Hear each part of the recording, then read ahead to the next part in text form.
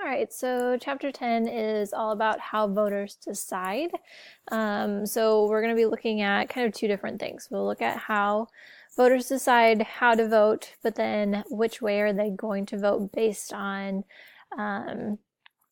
what they identify as, like how race plays into that, gender plays into that, the money that you make, and all of those different things. So that's kind of where we're headed at for this chapter. So chapter 10, section 3 asks you to identify the factors that influence whether people vote or not. So basically how people are going to decide whether or not they're going to vote is if the policies of one party will bring more benefits than the other party. So let's say, I don't know, the Democratic Party has more conservation measures under their ticket or under their policy, then Democrats are going to be, or someone that kind of more closely identifies as a Democrat is going to be coming out to vote. A high sense of political efficacy also really determines whether or not you're going to go out to vote.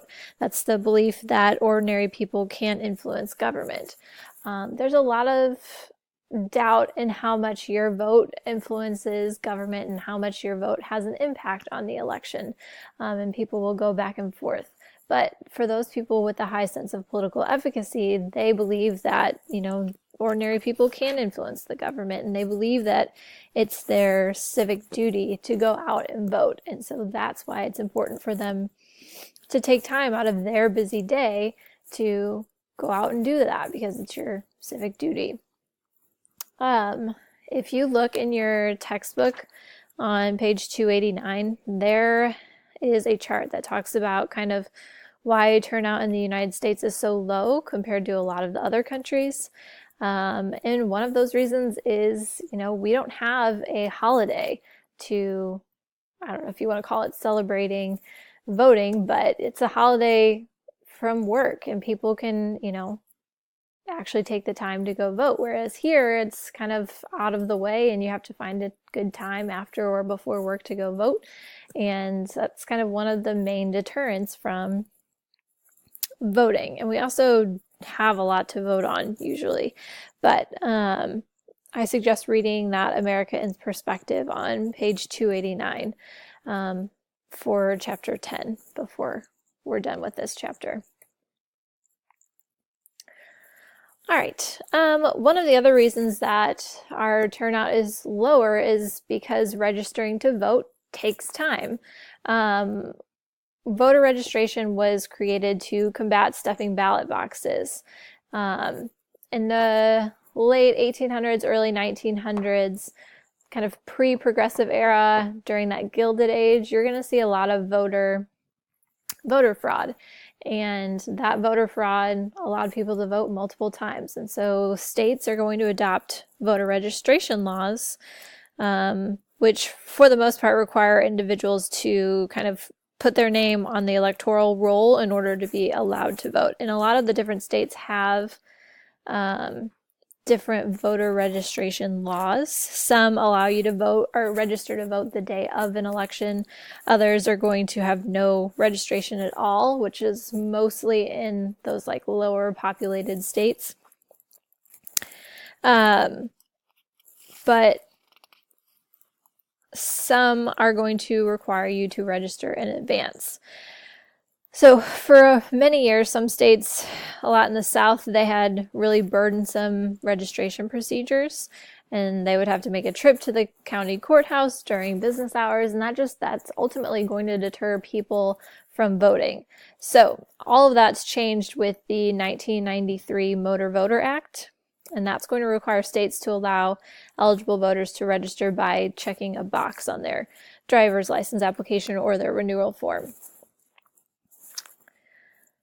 But ultimately, what our voter turnout has showed us is that attempt to make it easier on people has, been pretty disappointing. So there are a variety of other reasons for people not voting. One they're not going to take time off work. They just don't have the time. Maybe there's just too much going on. And we'll talk about some other ways or reasons why people aren't voting in the United States with this next group. But so ultimately, who has a higher or highest voting turnout? So it all kind of relates to these 6 different categories. So education is one of them. Higher education means that you're going to have a higher rate of voting than people who have less education.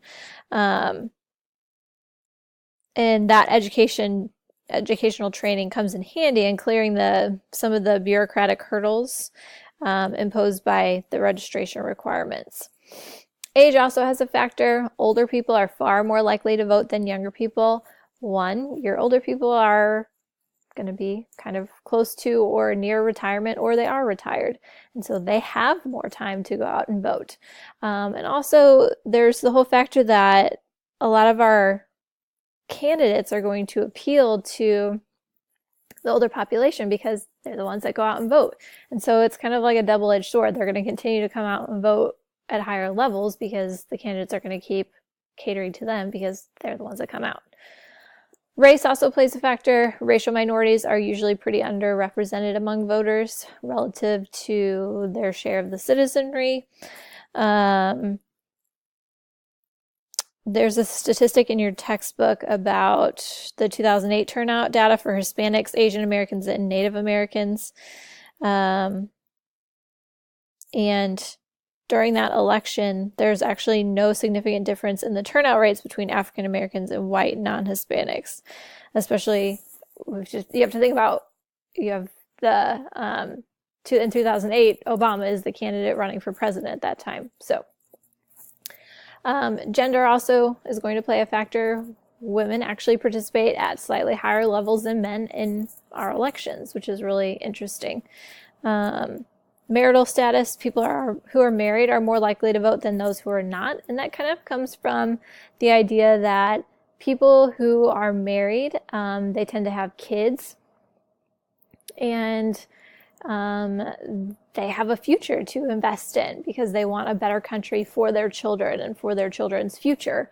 And so they have that higher likelihood of turnout.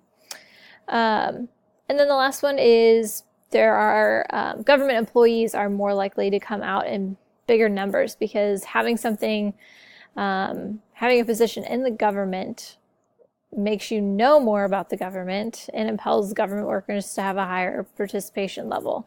And also it's something that they're invested in because that's part of their job. So that's something that obviously politicians or candidates, they're going to be invested in what those government employees are doing. So,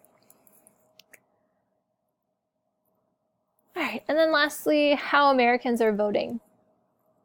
So under these 4 vocab words, party ID voting is simplifying the world of politics by giving people a reliable cue as to who is on their side. They don't concern themselves with every issue. If they want to vote Republican, they're going to look at who's the Republican candidate and they're going to check the Republican candidate box. They don't really care much. I'm generalizing here, but they're not going to care as much about policy necessarily, more as they're just voting along party lines. Split ticket voting, these are your floater voters or the independents, which there are many more independents these days than people that are strictly one party or the other. They're going to vote for the candidate instead of the party beacon. So both the major parties are really going to seek out their vote because they're kind of those swing voters. They are going to look at what the policy, which policies benefit them the most. Policy voting. So these people are going to specifically look at candidates or the party that holds the same opinion that they do on certain policies. They are going to be the people that are pretty well informed about what's happening, and they're going to see where the candidates stand. and they're going to see the differences between the candidates. And again, these are your people that are going to stay informed about the election and what your candidates actually believe. So these are really good voters in my perspective. So the last one, retrospective voting. Reagan actually coined this term, what have you done for me lately? Are you better off today than what you were yesterday? So really what he's saying here is, if you feel I've done something, meaning the candidate has done something for you during their term in office, then you should reelect them. So you're kind of like going back and thinking about what they've done and how well they've done what they were supposed to do. It's like a reflective voting tactic, I guess you could say. So that's who votes and how Americans are going to vote. Take a look at the America in Perspective on 289 and take a look at what our voter turnout levels are compared to a lot of the other elections or a lot of the other democratic nations across the area. And we will continue the rest of our discussion on how people are voting and which way they're voting, Democrat, Republican, and how that falls. And we'll do an activity with that when we get done with this. So